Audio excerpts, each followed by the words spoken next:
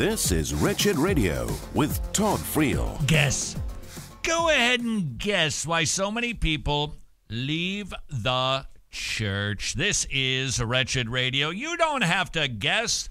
We've got a list from Tom Rayner from All Things Listy telling us why people leave church. You may buy some of these, you may not. Nevertheless, it would do well for us to consider why people leave church, not so that we can change our church to make it acceptable to people so that they don't disappear. As a rule, what needs to happen in a church, as a rule, churches always need to be trying to improve in the way that we serve people, but it's my attitude about the church that needs most of the changing. Because no matter how hard you try, no church is going to be perfect. I know, because I belong to one. No church is going to be perfect.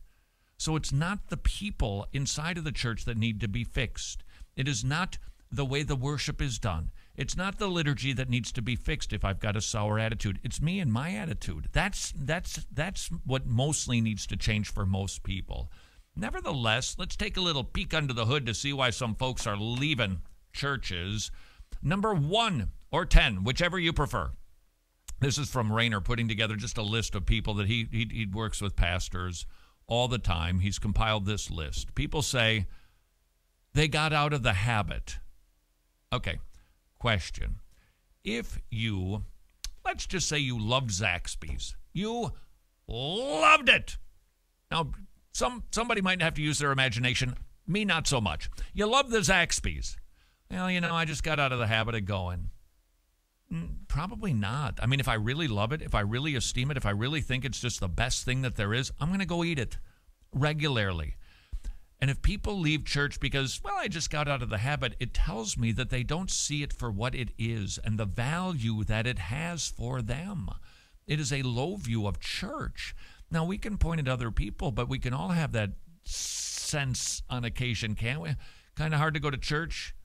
You just got back from a trip. Well, we're tired. We're not going to go to church. Well, we'll let some other people. No, look, I'm not saying you have to go to every single event all the time at the church. Not saying that.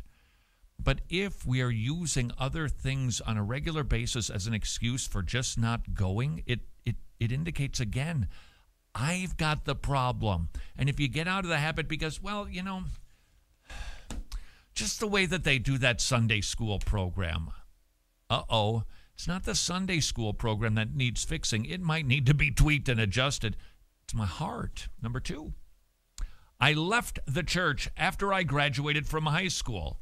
I would suggest for that person, the first thing that they should do is get saved for the first time. Now, I know. Some kids, they run up to university, they're genuinely saved. They maybe skip church, maybe get into a wrong pattern. I can say, yeah, there would be exceptions to that. But what we're seeing these days is en masse people leaving the church when they go to university.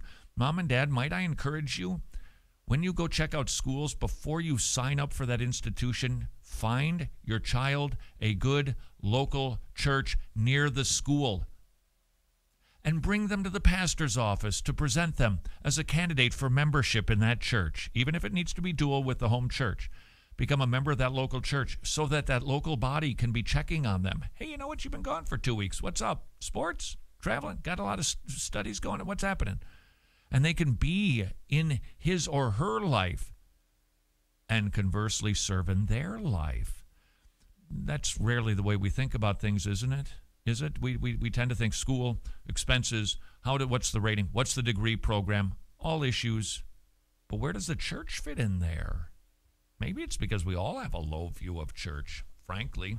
Reason number 3, I decided I didn't like the institutional church. Well, then apparently you decided you didn't like Jesus because he loves the church. They're pretty inseparable.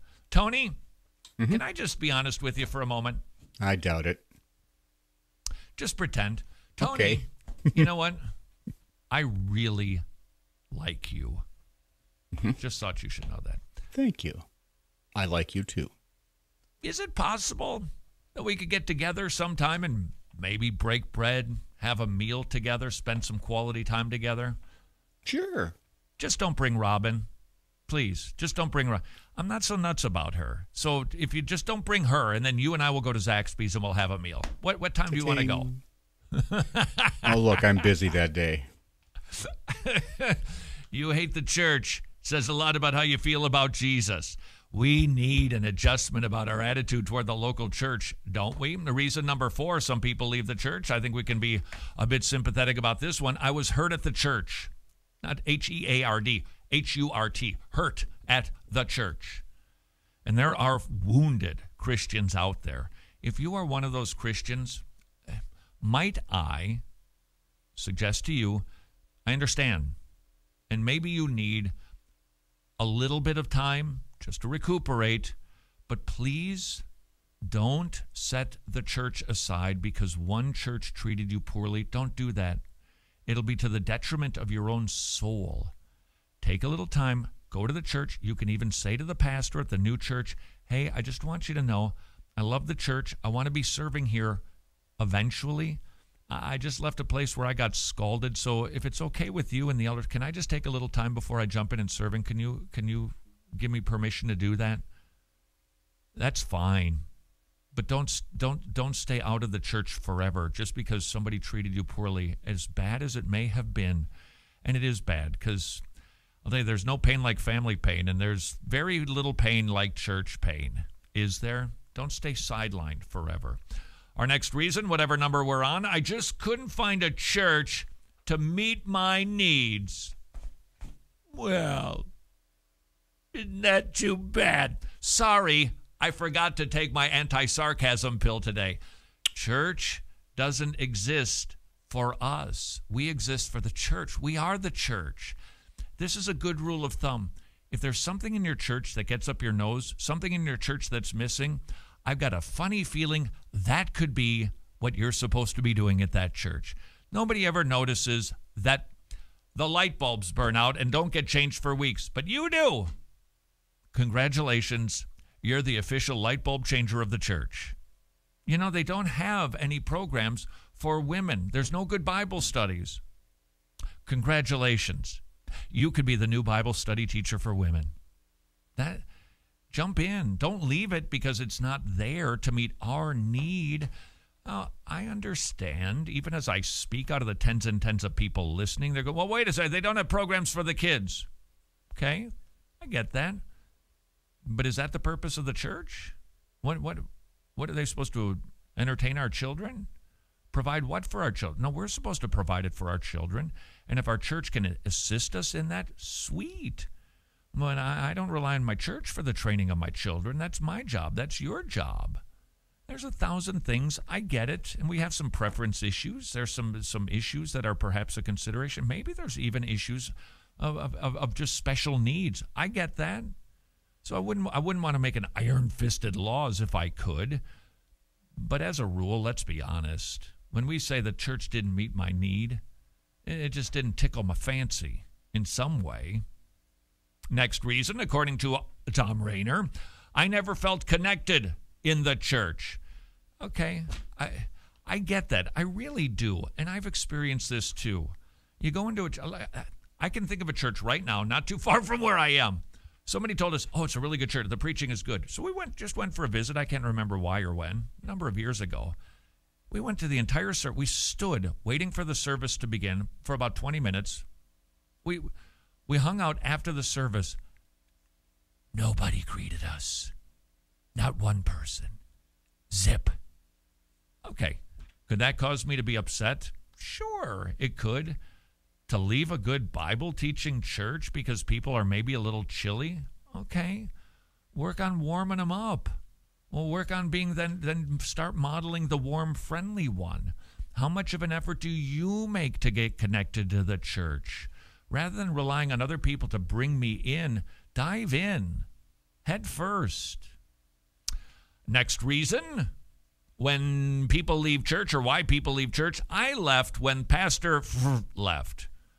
If you're going to a church just because of the pastor, you need an adjustment. I'm not saying it's a big sin. I'm just saying it's an adjustment that should happen. Church is more than the pastor. Church is the other elders. Church is the deacons. Church is the other sheep. Church is the word being proclaimed no matter who does it. Next reason, we moved and never went back to church. Huh? I don't even know what that means exactly.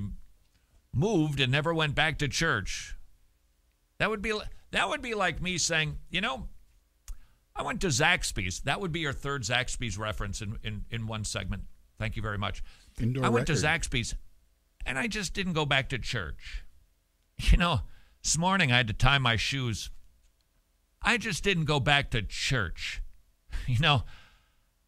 I ran out of hair gel, so I just didn't go back to church. I misplaced my keys, so I... Stop it with the examples already! It isn't a good excuse. Maybe all of these, there can be validity here and there, but perhaps the moral to this story is examining myself to see if it is not the church that needs to change as much as I do. A higher view of church. Remember, that's what Jesus is doing on the planet, building his church, not political parties and systems and governments and kingdoms, his church. If it's important to him, it should be important to us. This is Wretched Radio. If you'd like more Wretched content, and who wouldn't, visit wretched.org and you will have Wretched coming out of your nose. And that's biblical.